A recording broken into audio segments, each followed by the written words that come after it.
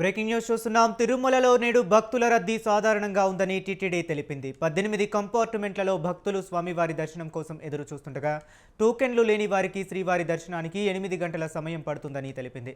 సర్వదర్శనం, దివ్య దర్శనం టోకెన్లు ఉన్న భక్తులకు 5 గంటలు, 300 ప్రత్యేక ప్రవేశ దర్శనానికి 3 గంటల సమయం పడుతుందని టీటీడీ పేర్కొంది.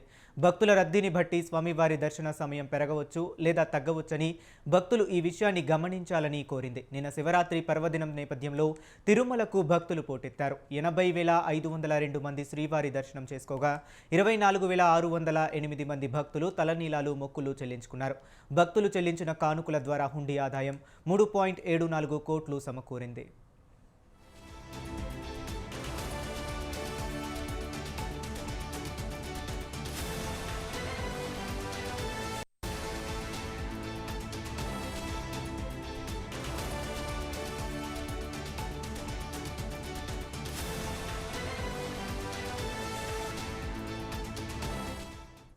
ఇక తిరుమలలో నేడు భక్తుల రద్దీ సాధారణంగా ఉందని టీటీడీ తెలిపింది. 18 కంపార్ట్మెంట్లలో భక్తులు స్వామివారి దర్శనం కోసం ఎదురు చూస్తుండగా టోకెన్లు లేని వారికి శ్రీవారి దర్శనానికి 8 గంటల సమయం పడుతుందని తెలిపింది. సర్వదర్శనం, దివ్య దర్శనం టోకెన్లు ఉన్న భక్తులకు 5 గంటలు, 300 ప్రత్యేక ప్రవేశ దర్శనానికి 3 గంటల సమయం పడుతుందని టీటీడీ పేర్కొంది. భక్తుల రద్దీని బట్టి స్వామివారి దర్శన సమయం పెరగవచ్చు లేదా తగ్గవచ్చని భక్తులు ఈ విషయాన్ని గమనించాలని కోరింది.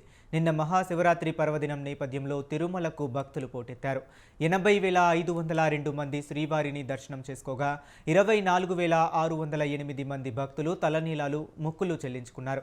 భక్తులు చెల్లించిన కానుకల ద్వారా హుండీ ఆదాయం 3.74 కోట్లు సమకూరింది.